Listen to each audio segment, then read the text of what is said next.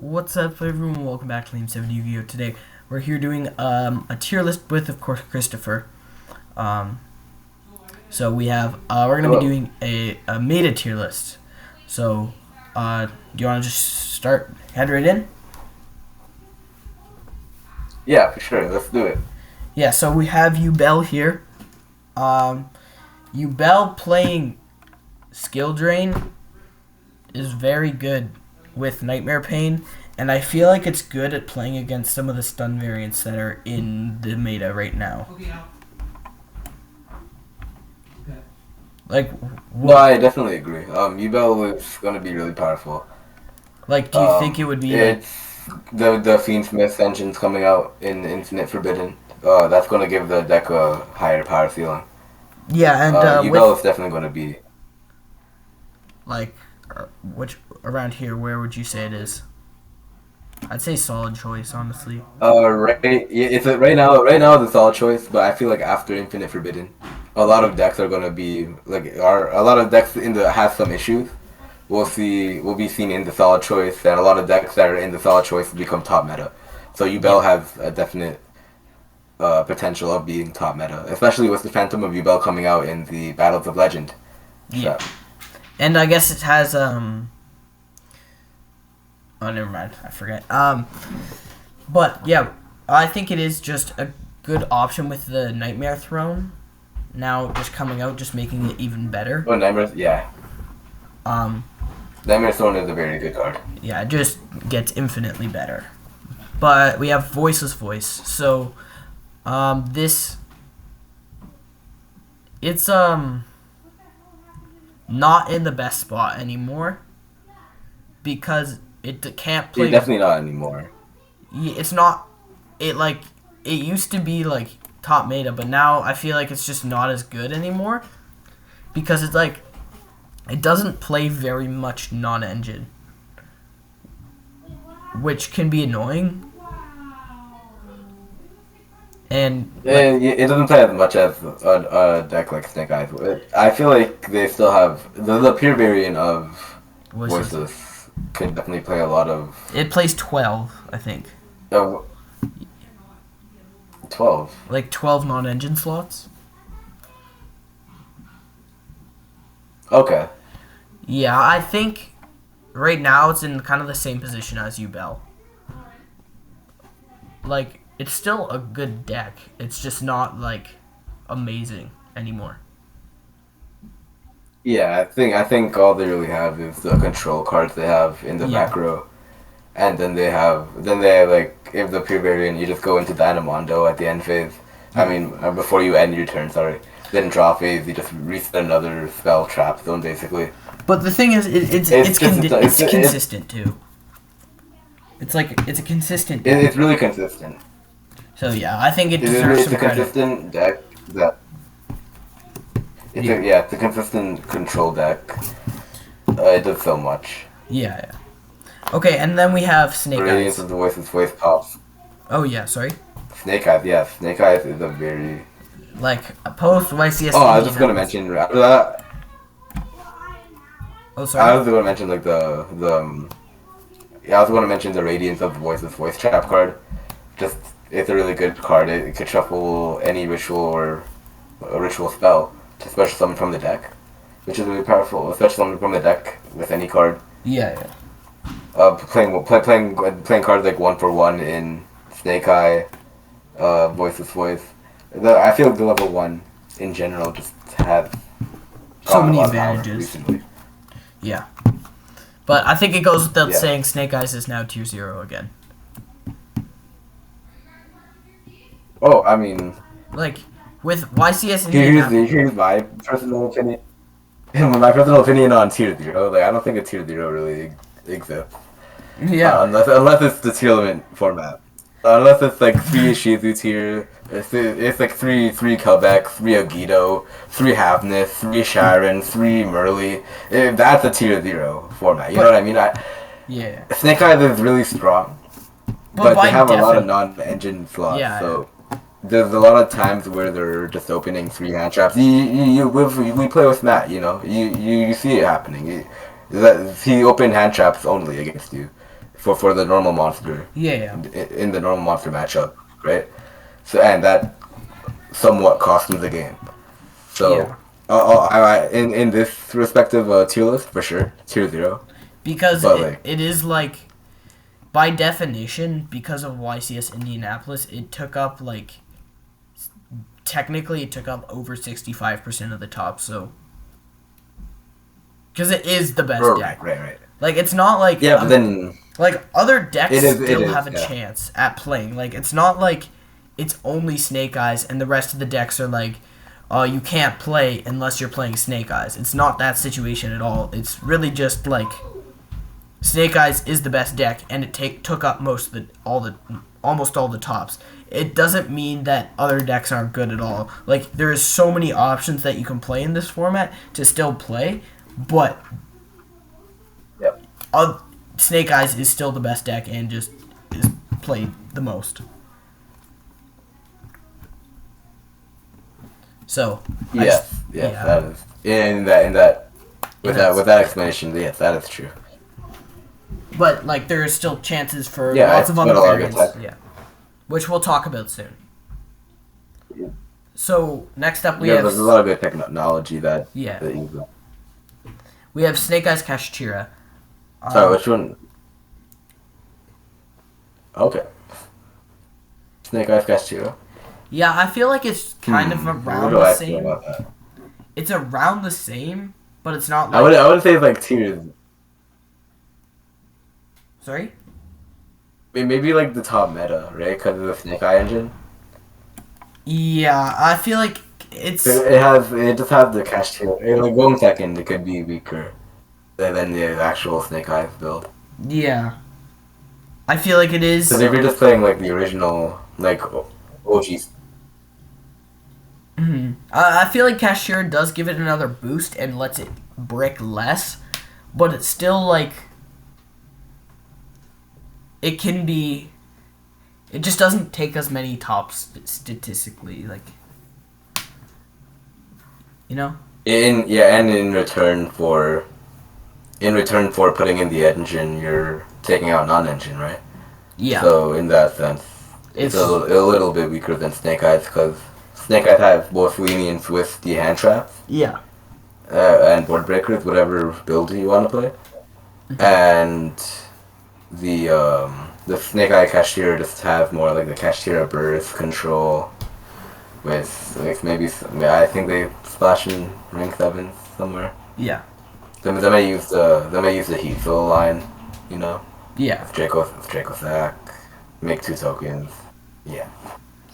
Okay, and then we have. They add that. Yeah. They add first. Yeah. So we have Fire King Snake Eyes. Still, I think, is not given enough credit for how good it is. Like, its end boards are better than any other Snake Eyes variant. Like, it has a few bricks, Yeah. but, like, Kieran is literally cross-out designator. So it's like, it has a built-in engine cross-out, which makes it less vulnerable. Like, it makes it less vulnerable to hand traps than, like, Pure and Kashtira does, if you know what I'm saying. Yeah. Like, I feel like... Where do you think Yeah, no, definitely. it stands? Like, I want to say top meta. Like, it got top 16. It's still a very good deck, and it has Snake Eyes. I want to say it's top 16. Or, sorry, top meta. Would you agree with that? Yeah, I could agree with that. Still really consistent. Kieran from the graveyard is really painful to deal with sometimes. So just the additional pop, plus to add on like Promethean Princess is involved in that. I don't think it's as good as the Kashtira monster engine, though. negate that destroys a monster. Yeah. Not as good as the Was Kashtira. picking Snake Eye build? Yeah, it's not as good as the Kashtira Snake Eye. Okay. I would think. Alright, now we have Runic here. So Runic is okay. I don't know. I feel like Runic Stun is just the way to go, though. Runic Stun is the best variant, but you can play Runic combo decks if you want. It's possible. Like Runic Sprite and stuff. So like if we're talking about just Runic, like I feel like if we're talking about Runic Stun, it's actually in top meta. Because for sure, like because like Runic Stun is built to counter meta, if that makes sense. So like it's in top meta because it's countering top meta and it's doing it effectively. Yeah. But at the same time, like the combo variants, I'd say the combo variants are a solid choice. If you're playing a combo version of Runic, that's a solid choice. So that's just me though, because I feel like those I just feel like they don't run enough non-engine. Like, I think that would be like. Well, yeah, you can't run non-engine in Runic because you can run non-engine in a pile Runic deck maybe, but Runic takes up a lot of space. Which it's like 20 quick play spells easily. But I feel like that just kind of puts it in like the issues category. Like it is still like it's a solid choice, but it has that one issue that just bumps it down. And it made it that hand traps are so important because there's going to be boards that are put up that are almost impossible to beat. So you kind of need hand traps to stay in the game. I mean, yeah, that's true. But do you still think it's a Runic Fountain? Yeah, drawing cards like infinitely and grinding your opponent out is still very good. So it is like it's very good in the grind game. Like it's not even that. Like you get to interact. It's like you get to interact with them on their turn, and that's not something that always happens on you. Like you could do that. You're able to do that with Tearlman. Yeah, like you can end on like you still can tons of interaction. Yeah, it's definitely a solid choice. But I think sorry. I just think it'd be like it's because like, everyone has like a different theory in Yu-Gi-Oh. Yeah. Yeah, like you can't really like say like everyone needs to play hand traps. Like that's something like Matt would say, right? Like everyone needs to play hand traps, but that's just not true. Like there are people who have topped with just board breakers and just haven't ran a single hand traps. Yeah. Like there was a guy in German. I'm not sure if I think it was France actually. He topped with Scareclaw. Like a pure Scareclaw build, and he made like 3 Dark Hole, like 2 Regeki. You know what I mean? Like everyone has like different theory preferences, yeah. So you can't really like be like, yo, you can't really be like, oh, if just because you're playing hand traps, you're not gonna compete well. It's kind of a little ludicrous, right? So like you just it's a solid choice. Because Runic has the Runic Destruction spell, they have Flashing Fire. Mm-hmm. They have a lot of outs that are just built in engine that will like help you branch into your other engine if you're playing a different one, or if you're just playing stun, it helps you draw into like your floodgates, right? Yeah, for sure. But yeah, solid choice. I think we can agree on that. Sorry, like I think it does have. I do think it has some issues, but at the same time, it's like it's a good I don't think it's because of hand traps, like being not being able to. Like there is other ways to play it, like without. Like, it's not the only issue. Like, Branded does not play hand traps. They cannot. But that doesn't take it away from being a good deck. Yeah, like, I'd put Branded in top meta easily. Like, Branded... Like the Puppet... We wouldn't get to that. We'll explain that, but... Yeah, the Puppet is just very good. But, yeah, next we have Centurion on our list. Yeah. What do you think of Centurion? Post the ban list, if they ban Calamity, then... Centurion's kind of gonna be bad. Yeah, I could see Calamity getting banned. But like, I feel like they're. But then there's Whitewood. I just feel like it's. I hear some people are playing Centurion with the Whitewood. Oh, really? That's an option now. Yeah. Yeah. But so, what are you saying about Centurion though? Yeah, I just feel like. It's a bit, like, it's solid if it, like, goes first and they go uninterrupted. Like, it's a good deck in that sense. But it's, like, it seems a bit, like, it's not versatile enough. Like, it just only, the game has to go in their favor in order for them to win.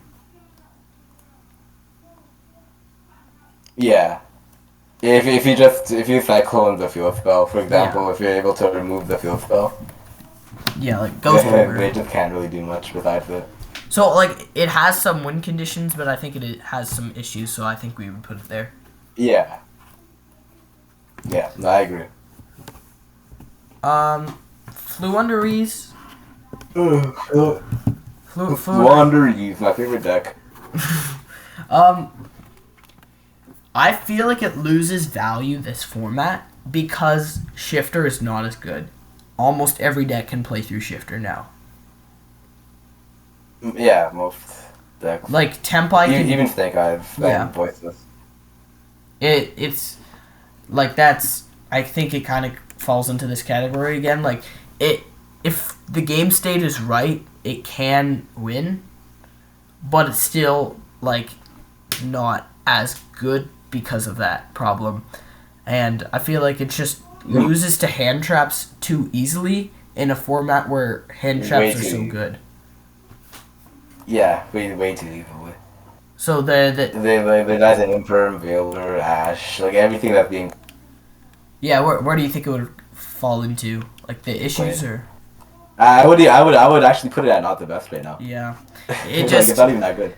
With so many hand traps running around, it's just not. It cannot win unless it gets like the only way it can top an event is if it runs into its matchups that are very good. Like if it's running into like every single good matchup that it has, like where floodgates are very good. Like it has a bad matchup against Snake Eyes, Runic Stun, but it has a good matchup against like Branded, for example. So I just feel like it's too situational. Yeah, and besides this trap card in graveyard, that would book up Eclipse the whole field. Besides Dreaming Town, Harpies, Feather Storm, and Dimension Shifter, there isn't much really going on with Laundries. It's like if you stop them at the right time. Like for example, Scareclaw Twin Saw for me, I just target 2 cards they control, pop them, and it's enough to stop their whole turn, which is not a good thing. You know what I mean? Like if I pop 2, it's simply enough to stop your turn. The deck is not that great. Okay, now we have Kashtira. It has that similar problem as Fluent Reese. Like, the Shifter is just not as good. But I feel like it does have its advantages because it also, like, it's pretty consistent. Like, not even... And it's a better budget deck now because of Rarity Collection 2.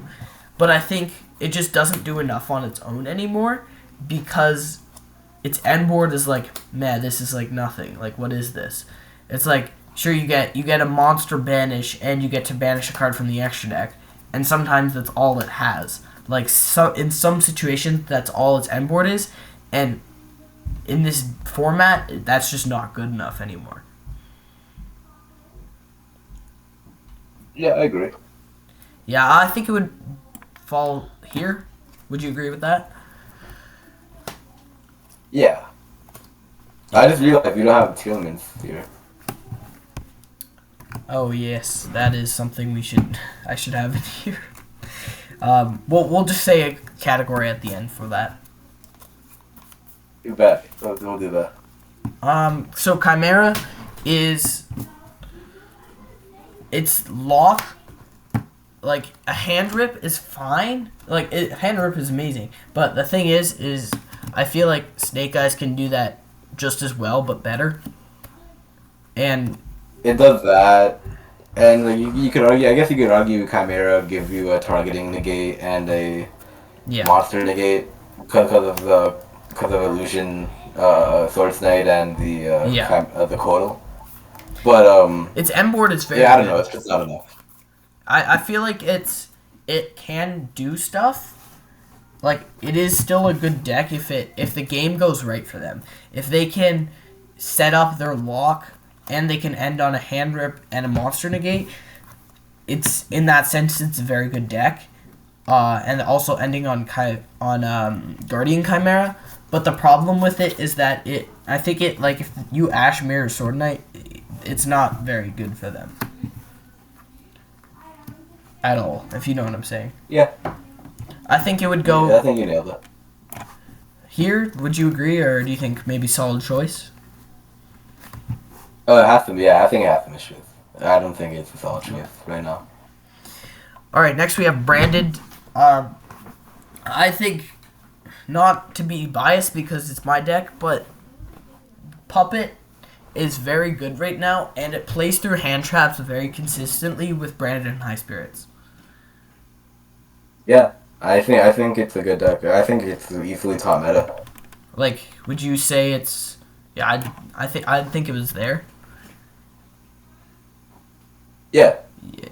Like, being able to just puppet lock consistently through hand traps, this deck can play through like 4 hand traps if they have the right hand with like Nadir Servant. And it plays well going second. I think the only issue that the deck would have is that the engine is very, very big and they don't have a lot of non-engine, so it's very hard to go against some very good boards. Yeah, sometimes they're just paying to see like droplet. Yeah, and it's like it will lose to a random FDK every once in a while. If you're playing against like Dark World, I know that's not very relevant, but if that comes up, you are not winning your game because you have an awful matchup against Dark World because you do not have any hand traps to stop that full board. Yeah, that's true. You need Joel and Lockwood for Dark World. Yeah, I feel like if you main deck Droll, you might be in a better position just so you don't lose to random FTKs in an event, but yeah, it's a very good deck, this format. Alright, so we have Purely here. Its turn 1 end board is scary. That's what I have to say. Yeah, it's okay, but I feel like people are saying like you need Herald of the Abyss, you need Kaiju's to out the end board. Yeah. You really don't. It's just, I feel like it's kind of situational, in my opinion. Yeah, if you're able to bait out 2 of the bounces that put the bottom of the deck cards, like Expert Noir attaches 2 to put 1 at the bottom of the deck. Yeah. So if you're able to bait it out until it doesn't have 5 or more materials, you could probably just imperm it or droplet it. Yeah. But also it's like sometimes you won't get there because the interrupt, like where they pick to interrupt you is really good. Yeah, it loses to hand traps a bit too easy. Yeah. If you're able to interrupt them on their turn. I feel like it's a good deck situationally. Yeah, you have to keep in mind they're not. Like if you're to like D-barrier in the draw phase, right, or something like that. Yeah, especially with D-barrier being in the format so much, it just loses value. All right, so we have. Yeah, sorry. Yeah, because you just declare XYZ, and then all the face-up monsters are negated. Because if you do it before they activate per leap to overlay into Noir on your turn, you could literally it's free basically. Just D-barrier call XYZ. Yeah. Then when early Noir hits the field, it gets negated because it wasn't an activated effect at that point. It's like for the rest of the turn, so it's a lingering effect. Yeah. Like, it's good, but it's too easy to beat. Yeah. Alright, so we have Labyrinth here. This deck is very good. Like, being able to search Dimensional Barrier in this format with Branded, Tempai, and also Purely, which we just talked about, and let's not mention they have like one of the best answers to Link decks. The Destructive Daruma Karma Cannon.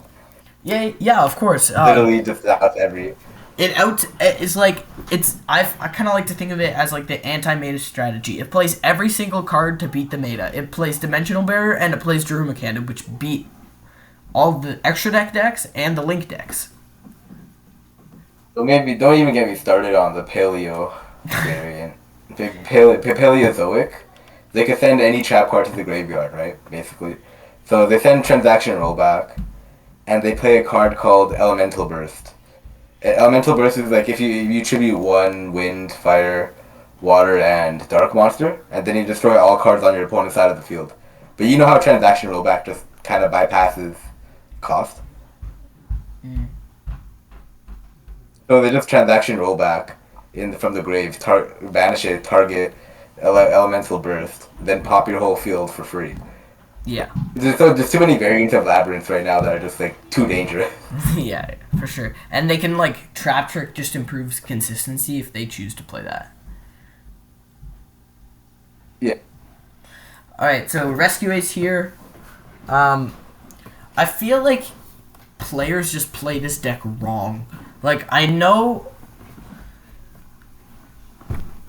I get how it's like old format, but it is still like if you go normal summon Ash, search Poplar, you can do the same combo that Fire King Snake Eyes does, but all you have to do, because you can just one card start with just Ash, and get your entire, you can get your set 4 pass plus your entire Snake Eyes board. So I do think, but I feel like people focus too much on the way they used to play it, but I think they need to adjust more on the new way and play like one Turbulence, one Hydrant, and then like just all the four cards, and I think that's it for your Rescue Ace engine, and just focus mostly on Snake Eyes. And I feel like if it was played that way, it would be better. Yeah, no, I could see it would be more consistent with the Rescue Ace. Because you want to just see your Snake Eyes stuff, because your Snake Eyes stuff gets you into Rescue Ace, right? Yeah. Where do you think we would put it in that like sense, like like solid choice probably. It really is a solid choice. Yeah, it's. You just have to pilot it really well. Yeah, I just also think it's. The reason why it hasn't been topping is because people don't play it enough. Because if you can afford the Snake Eyes cards, you should be playing a different Snake Eyes variant. So it just has lack of play. Okay. Would you agree with that? No, yeah, I agree. Yeah. Okay, so Tempai here. Tempai is obviously just an amazing deck. And since players figured out that they're playing a small Kashtira engine in it, it just improves its ability to go first, which is one of its weaknesses, and it can play Heat Wave. So I just think it's a great deck. It has a few can get weakened by like a dimensional barrier, but if you want, you can climb into your link combo. You should be able to still win. What? And do you have any? Yeah, the link combo they have is really good. Yeah, for sure. I just think it caught me by surprise. I think it'd be like a top meta or solid choice deck. I would say it's like. Yeah, I'd say top meta. Yeah. Like probably around here, I would say. Yeah. All right, now we got Melodious. We're into our last few decks here. The 3 variants of Melodious. Pure Melodious. Playing Herald of the Orange Light is very good, and its end board is very good. You also get the extender. Yeah, you got access to the extender the first movement solo. Yeah. Usually you can't play that in the engine versions because it locks you in to Melodious. Mhm. But it's a really good card at 3, especially something from deck. Oh yeah, for sure. It's a very consistent deck in the pure. As an engine, not so much, but pure, it has lots of starters. It plays tons of non-engine, and its end board is amazing, and it feels like it has everything on the checklist. Like, it plays through hand traps, it plays lots of non-engine, it is very consistent. Like, I just feel like it checks all the boxes to make it a top meta. Yeah, I agree. It's got the new card, Etoile. Etoile is really good. Yeah. It's a really good inboard piece for Melodious. For sure. So we have Melodious Kashtira. Because it can make Baka to make ranks, like it can go into rank 7 plays as well. So I think it's a very good choice right now. Well, I think it's interesting because, but Baka is the level 7 and a special summons from the deck as well on summon. Yeah, I think Snake Eyes So not only are you Cashier. getting the level 7 value. Yeah. Well, where do you think this would fit? I think it's like a little better than the Snake Eyes Kashtira, The Snake Eyes but Cashier. I'm not sure. Like you'd put it up there?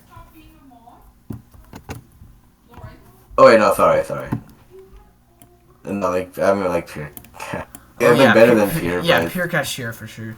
I would say it falls into the solid choice. yeah. And then we have Snake Eyes Melodious. I think this is partially better than the Cashtira engine because Melodious, it makes its consistency better and it gives it more engine space. I think this is like the top of top meta, in my opinion. Yeah, I could see that. Like it plays all the Snake Eyes stuff, and it has so many starters. Yeah, so Snake Eyes doesn't need its extra monster zone as much, so Yeah. it just works really well with another deck that doesn't really need it as well. Mm-hmm. And then we have, of course, the best deck. Yeah, tier 0. No, I'm trying to joke. Like an honest take on Scareclaw. Like, not just like pure it's way too Scareclaw. easy. Pure Scareclaw is not like a bottom rogue. I'm sorry, but like pure is not gonna cut it anymore. Pure would be like in not the best right now. Yeah, but I feel like if you combine it with like, there's so many different variants to play, especially if you play like Snake Eyes. If you play the Snake Eyes variant of it, I feel like it's just a very powerful deck. Yeah, you're not using any of the level 3s as you would in the pure Scareclaw deck, but yeah, it is better infinitely. It gets you more bodies. Yeah, you just get you to the pace of the game. Yeah, I think it is. So like Scareclaw trial, I guess you'd put that not the best right now. But like, yeah. You wouldn't think like, okay. I think it is better than Flunderies though. No, I think it's better than Flu too. It's better than Flunderies in my opinion. Yeah, it overtakes Flunderies. Sorry, Flunderies players. Alright. But yeah, that concludes it here. I think. Where would you put Tearlaments before? Oh yeah. Tearlaments. If you combine it with the Horus engine, it's good.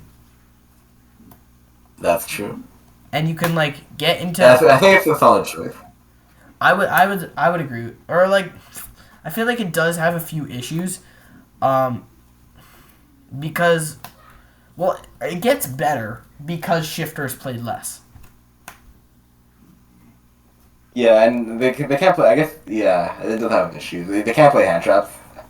Yeah. They mill a lot, right? So like sometimes playing hand traps is useless. Yeah, and I think it can get a bit bricky sometimes with there's so many cards that you just play just when you're milling. But when it can play on turn 0, it is amazing. So I would say it's like has some issues. Alright. Yeah, no, I agree with that. Yeah. So like in between solid choice and have some issues, but like ultimately you have issues. Yeah. So that is going to conclude our tier list here. Alright. Sounds good. Yeah. Thank you guys so much for watching. Make sure you guys go check out Christopher's channel here, Base Claw, and I'll leave it in the description, and then we'll see you all in the next video.